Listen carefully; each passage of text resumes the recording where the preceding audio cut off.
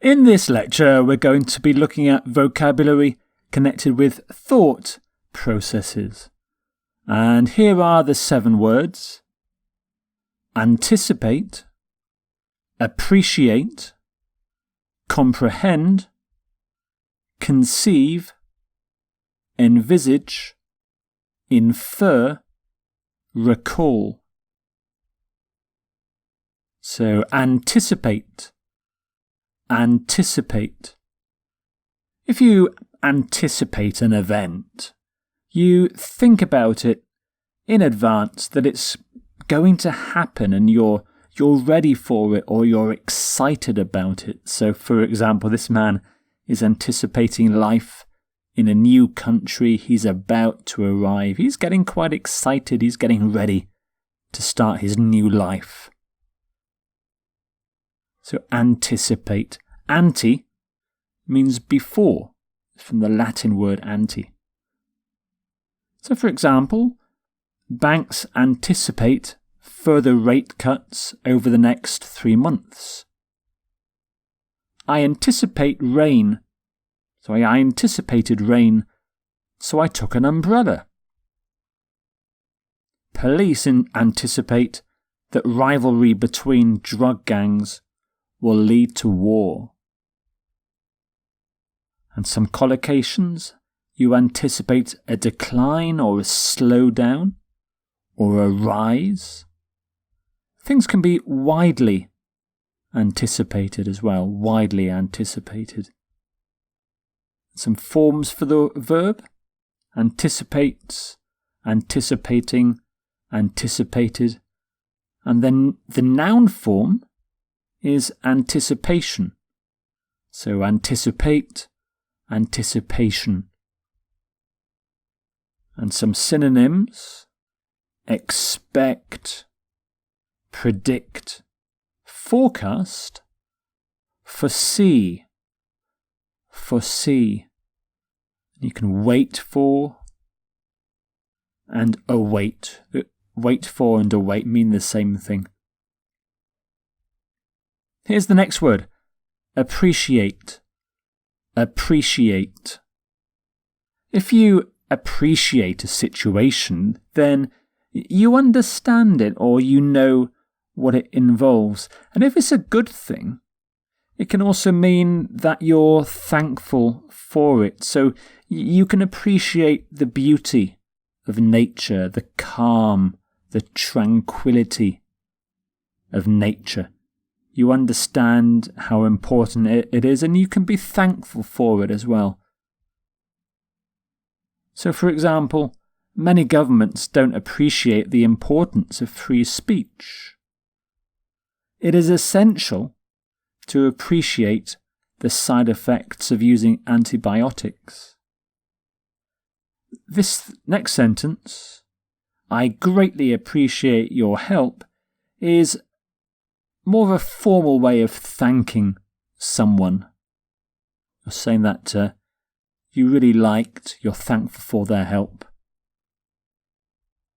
So you can appreciate the importance or the seriousness of things. You can much appreciate. So I much appreciated your help. You can fully appreciate. When you fully understand a situation, then you fully appreciate it.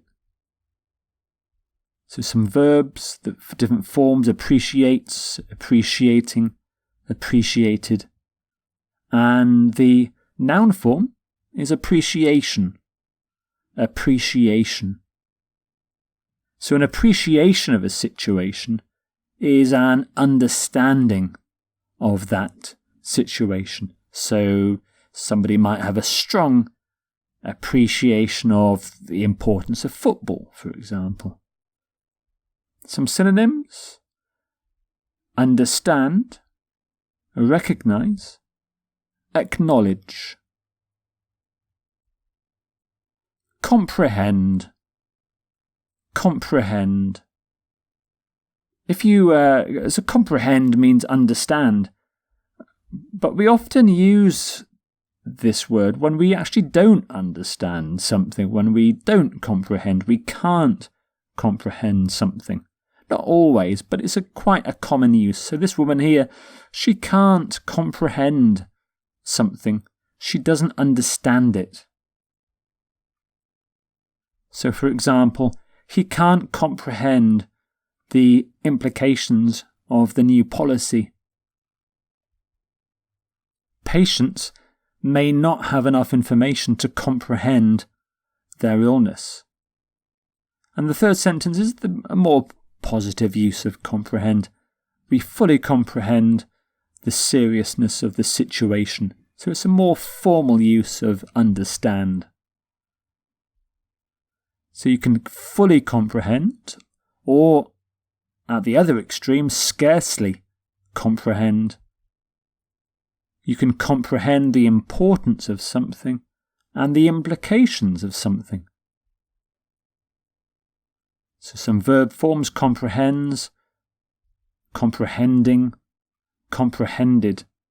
And the noun form is comprehension. Comprehension.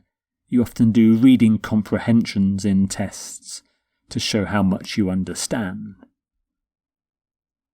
And some synonyms: understand, of course, grasp, appreciate as well can be a synonym, and realize, realize. Conceive, conceive. Conceive means you think about or you imagine something. And again, it's often used with not and can't, but not always. It's often used, for example, when you come up with an idea. You come up with a good idea, you conceive an idea. So, for example, the government was unable to conceive the idea that they were wrong. J.K. Rowling conceived the idea of Harry Potter when she was on a train. She cannot conceive of herself being anything else but a doctor. And some common collocations: you conceive of something, or you conceive that something. You can't conceive of something, and you can conceive an idea. So the verb forms: conceives, conceiving, conceived, and conception is the noun form: conception. And some synonyms: believe, perceive, realize, accept, and the next two, come up with and create, are more about conceiving ideas. You come up with or you create ideas. Envisage, envisage. If you envisage something, then you imagine it, but you imagine it's true or real or likely to happen in the future. So this woman here, she's envisaging something for the future. Envisage. Vis in the middle, from vision. So if you envision, if you envisage something, then you make or you put into your head, in your head, a vision of something, of a thing. For example, he envisages a better future for the country. The peace plan envisaged the creation of an independent Palestinian state. I cannot envisage a stronger EU, European Union, without making it more democratic. So you envisage the creation of something. You envisage the possibility. You can originally envisage. So when you envisage something at the start, you originally envisage it. You can previously envisage something. So envisages, envisaging, envisaged are the verb forms. No noun form for this word. But some synonyms. Envision. Envision, envisage, envision, very similar verbs. often used, often swapped in use. So envision, envisioned, envisioning, imagine, consider, see, visualize and picture. Infer. Infer. If you infer something, then you work out that something is true, often with incomplete information. You've got to read between the lines to understand something completely.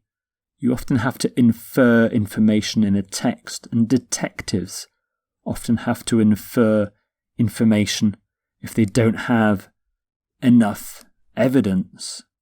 So you infer things from an incomplete picture. So, for example, I inferred from what she said that you have not been well. So she didn't say this person is not well. She maybe said, oh, she didn't look very nice. She didn't look well. She looked pale. She was in bed all day yesterday. So you infer that she's not well. Astronomers can infer the mass of a star by its movement. So they don't weigh the star, but they can work it out from some other evidence. We can infer from his behaviour that he does not like you. So you infer the meaning and the existence of something.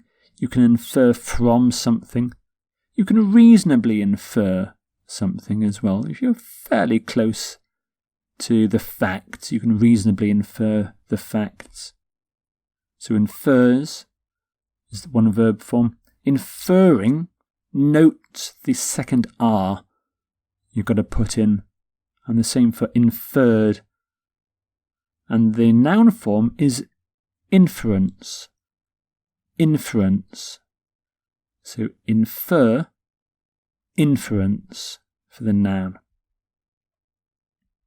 And some synonyms: deduce, conclude, assume, speculate, guess and reckon. Reckon is an informal form of guess or speculate. Recall. Recall. When you recall something, you remember it. You call it back into your mind. So this man here was recalling D-Day, I think, in World War II. He's an old soldier. He's recalling the war. So recall. Call again. You call something back into your mind. You remember it. So, for example, I suddenly recalled where I left my phone. People often recall with sadness how life used to be simpler. And now the third sentence here is using recall as a noun, and we say recall. Recall. So her recall of detail is amazing. She's got a very good memory. Her recall. So you can use it as a noun. But the stress in the word moves to the front. Here's the verb collocations. Recall a conversation. You can recall something with happiness or sadness. But if you're doing it with happiness, you can fondly recall something. You can correctly recall. You correctly recall details. And some verb forms. Recalls, recalling, recalled. Now I said one noun form is recall, but you can also have recollection. Recollection. So my recollection was correct. And some synonyms: remember, remind, think of. And so there are your 7 words for thought processes: anticipate, appreciate, comprehend, conceive, envisage, infer, recall.